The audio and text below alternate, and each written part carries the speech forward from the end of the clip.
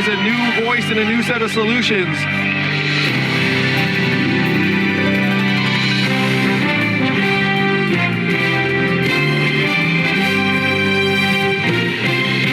This is the PBS NewsHour Politico-Democratic debate.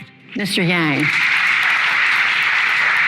It's clear why Americans can't agree on impeachment. We're getting our news from different sources, and it's making it hard for us even to agree on basic facts. Congressional approval rating last I checked was something like 17%, and Americans don't trust the media networks to tell them the truth. The media networks didn't do us any favors by missing the reason why Donald Trump became our president in the first place. If you turn on cable network news today, you would think he's our president because of some combination of Russia, racism, Facebook, Hillary Clinton, and emails all mixed together. But Americans around the country know different. We blasted away 4 million manufacturing jobs that were primarily based in Ohio, Michigan, Pennsylvania, Wisconsin, Missouri. I just left Iowa. We blasted 40,000 manufacturing jobs there. The more we act like Donald Trump is the cause of all of our problems, the more Americans lose trust that we can actually see what's going on in our communities and solve those problems. What we have to do is we have to stop being obsessed over impeachment, which unfortunately strikes many Americans like a ball game where you know what the score is going to be, and start actually digging in and solving the problems that got Donald Trump elected in the first place. We have to take every opportunity to present a new positive vision for the country, a new way forward to help beat him in 2020, because make no mistake, he'll be there at the ballot box for us to defeat. Thank you, Mr. Yang. Mr. Yang. GDP and corporate profits are at record highs in America today. Also at record highs, depression, financial insecurity, student loan debt, even suicides and drug overdoses. It has gotten so bad that our life expectancy as a country has declined for the last 3 years because suicides and drug overdoses have overtaken vehicle deaths for the first time in American history. The fact is, this unemployment rate and GDP have very little relationship with people's lived experience on the ground. If you're a recent college graduate, you have a 40% chance of doing a job that doesn't require a college degree. That doesn't show up in the headline unemployment rate, nor does all of the families that are working 2 or 3 jobs to get by. Senator Klobuchar, and then I'd like to bring in Senator Yang and Mr. Steyer for follow-up. Mr. Yang, 45 seconds on the issue of nuclear energy.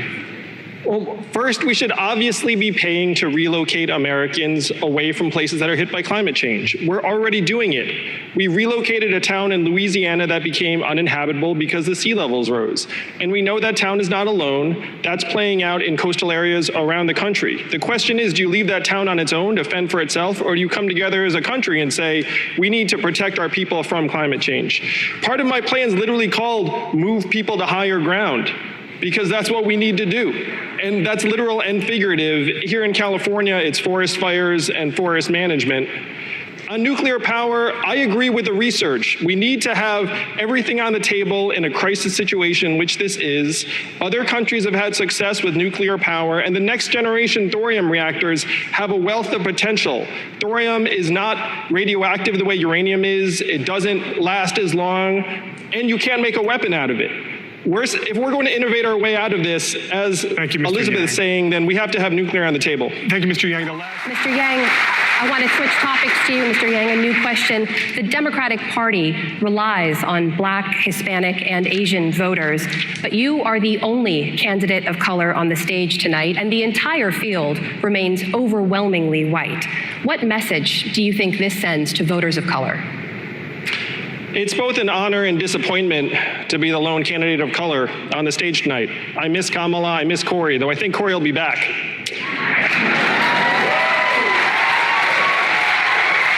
I grew up the son of immigrants, and I had many racial epithets used against me as a kid. But Black and Latinos have something much more powerful working against them than words. They have numbers. The average Net worth of a black household is only 10% that of a white household. For Latinos, it's 12%. If you're a black woman, you're 320% more likely to die from complications in childbirth. These are the numbers that define race in our country. And the question is, why am I the lone candidate of color on this stage? Fewer than 5% of Americans donate to political campaigns. You know what you need to donate to political campaigns? Disposable income. The way we fix this is we take Martin Luther King's message of a guaranteed minimum income, a freedom dividend of $1,000 a month for all Americans. I guarantee if we had a freedom dividend of $1,000 a month, I would not be the only candidate of color on this stage tonight. Thank you, Mr. Yang. Mr. Yang, and then Senator Klobuchar. I have family in Hong Kong. I spent 4 months there, and seeing what's happening on the streets, it's shocking. They banned face masks in Hong Kong. Why? Because they have AI technology that now is using facial recognition to identify protesters if they so much as do anything on the street, so they can follow up with them and detain them later. This is the rivalry that we have to win where China's concerned. They're in the process of leapfrogging us in AI because they have more data than we do, and their government is subsidizing it to the tune of tens of billions of dollars. I have sat with our leading technologists, and they say they cannot match the Chinese resources. China just produced its first major smartphone that does not have Google apps, and it is now trying to export its technology to the rest of the world. What we have to do is build an international coalition to set technology standards, and then you can bring the Chinese to the table in a very real way, because this is their top priority, and this is where we need to outcompete them and win. Senator Klobuchar. I want to turn now to an issue that's been in the headlines quite a bit, and that is immigration. Mr. Yang, we have a question here from a professor right here at Loyola Marymount. There are nearly 200,000 DACA recipients, so-called dreamers, in the state of California, more than any other state, including several students right here at LMU. If you win and you reinstate DACA through executive action, another president could just overturn it again. So will you move on a permanent legislative fix for dreamers in your first 100 days if elected? Of course I would. I'm the son of immigrants myself, and I know that dreamers are essentially Americans in everything but this legal classification.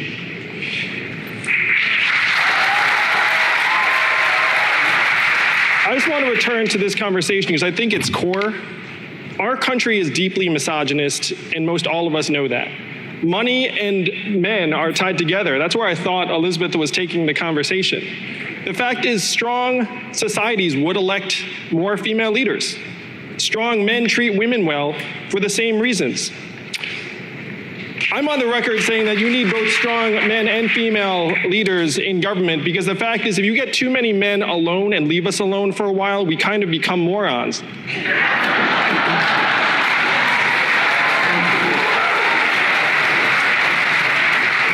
So it's related to our campaign finance rules, because right now the fact is we operate in a fundamentally anti-woman marketplace, and that includes the marketplace for politicians. If we were to put 100 democracy dollars into the hands of every American voter, instead of 5% contributing, you'd see that rate skyrocket to 50 or 60%, and you'd have many, many more women who would run for office because they don't have to go shake the money tree in the wine cave. Thank you, Mr. Yang. I'd like to follow up. The question, again, Mr. Yang, was about dreamers. You pledged to move on a permanent legislative fix in your first 100 days. Dreamers say that they are frustrated by Democrats' failure to prioritize their status in deal after deal. So why should dreamers trust Democrats now? I believe everyone on this stage would do the right thing by dreamers in the first 100 days. I would make it a top priority. I'm the son of immigrants myself.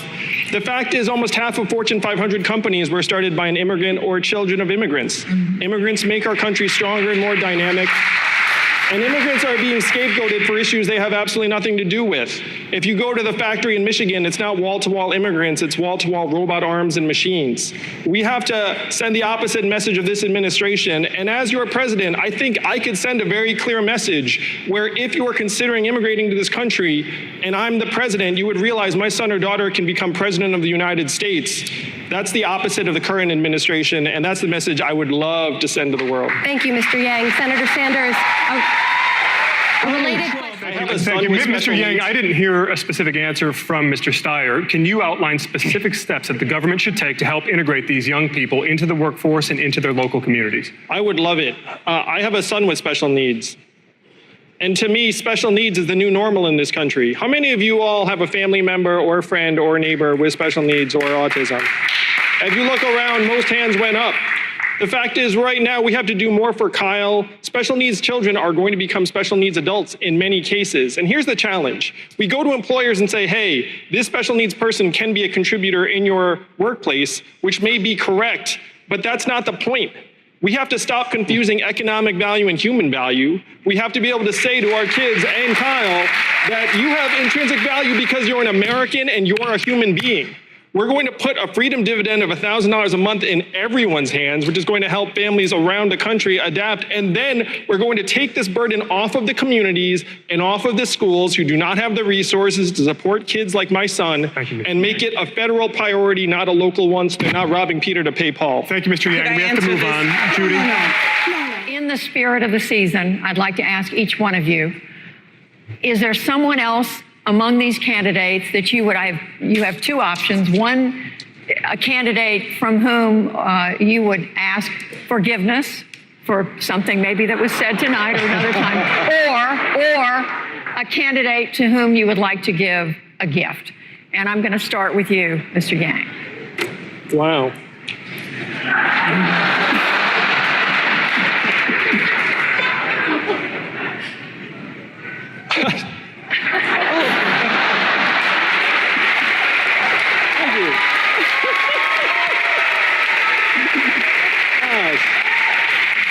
We could do a labor action and just all go on strike on this one, Andrew. I don't think I have much to ask forgiveness for. You all can correct me on this. In terms of a gift, Elizabeth has done me the honor of starting to read my book. Yes. I would love to give each of you a copy of my book.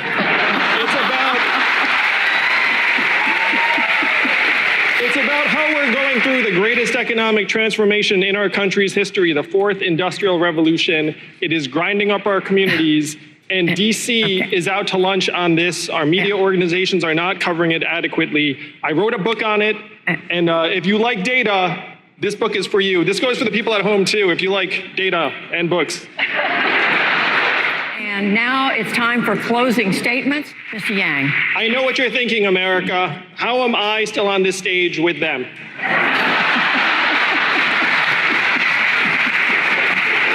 Our campaign is growing all the time because we are laser focused on solving the real problems that got Donald Trump elected in the first place.